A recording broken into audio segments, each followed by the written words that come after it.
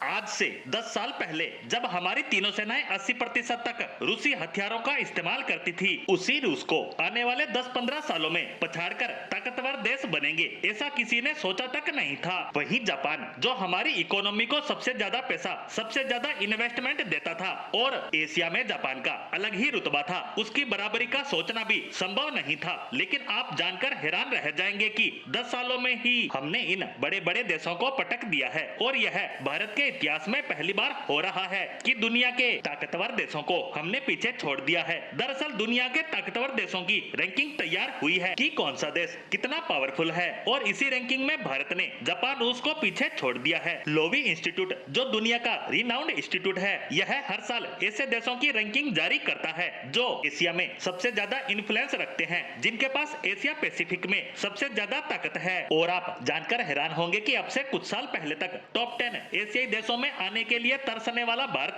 अब इतिहास रच चुका है और उसको पीछे छोड़ते हुए हम पूरे एशिया में तीसरे सबसे ताकतवर देश घोषित हो चुके हैं, जिसमें पहले पे है अमेरिका और दूसरे पे है चीन। अब आप सोच रहे होंगे कि अमेरिका कब से एशिया में आने लगा, तो बता दूं कि यहाँ उन देशों की बात ही नहीं हो रही है जो सिर्फ एशिया में है। बात हो रही है कि एशिया महाद्वीप में किस देश का कितना इन्फ्लुएंस है, कितनी ताकत है। और बात मिलिट्री पावर की ही नहीं, साथ ही डिप्लोमेटिक पावर की भी है कि आप किसी देश को बिना मिलिट्री पावर के कितना प्रभावित कर सकते हैं। और इसमें 8 पैरामीटर होते हैं जिससे ये रैंक तैयार होती है और इस रैंक में पहले, दूसरे और तीसरे नंबर का तो आपको पता लग ही गया। वहीं बात करें पाकिस्तान की, जो खुद को दुनिया के सुपर पावर देशों में गिनता है, उसका एशिया की रैंकिंग में 16वां नंबर है। वहीं बात करें ऐसे देश की जिसकी दुनिया में कभी सबसे ज्यादा इज्जत होती थी, यानी रसिया, जब सोवियत यूनियन का पतन हुआ उसके बाद भी वह नंबर 1 पर आता था, लेकिन पिछले 10 सालों में वह तीसरे स्थान पर चला गया